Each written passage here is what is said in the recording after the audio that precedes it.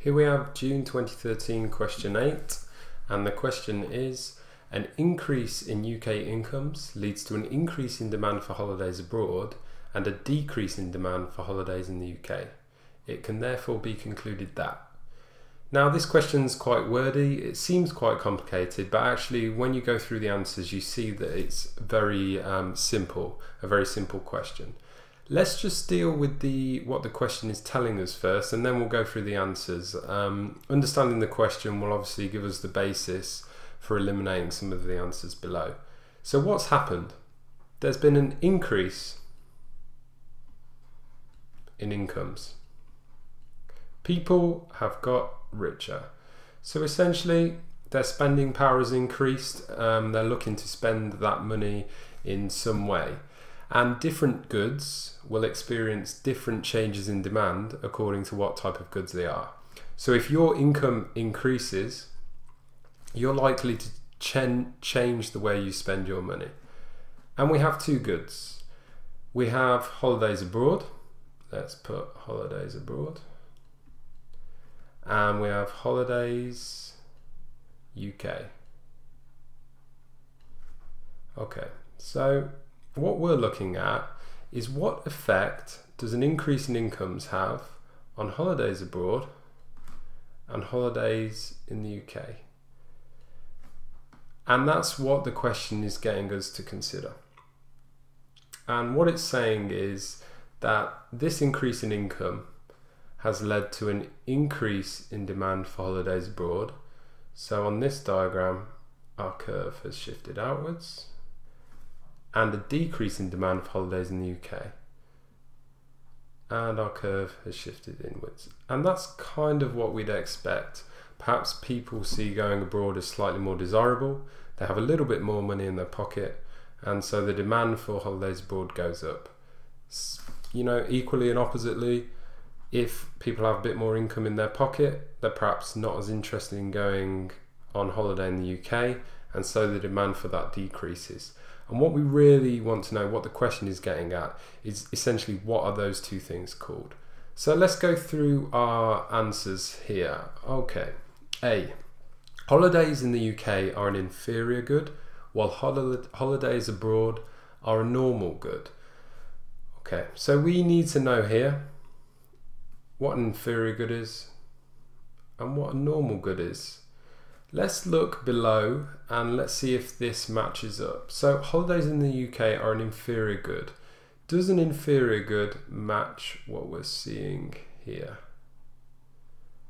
Apologies for my writing there. And does this relate to a normal good?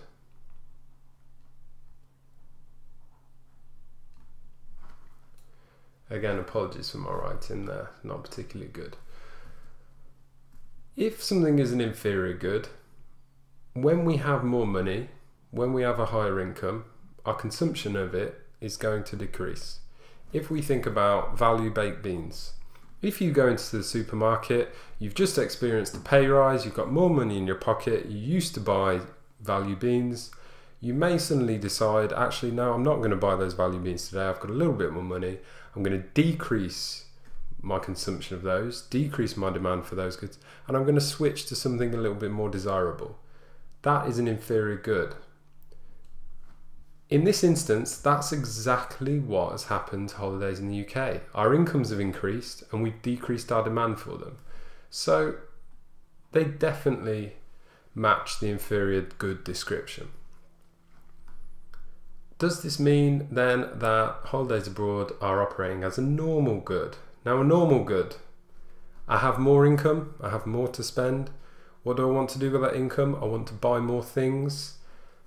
Holidays abroad, the demand has increased in line with an increase in incomes. That subscribes to the definition of a normal good. It is essentially saying that with more income comes more consumption, and so we've got more income, we'd expect normally to see more consumption, and that's exactly what that shift in demand is showing us. So A is in fact our right answer. But let's just go through why B, C and D are incorrect. It won't take much time.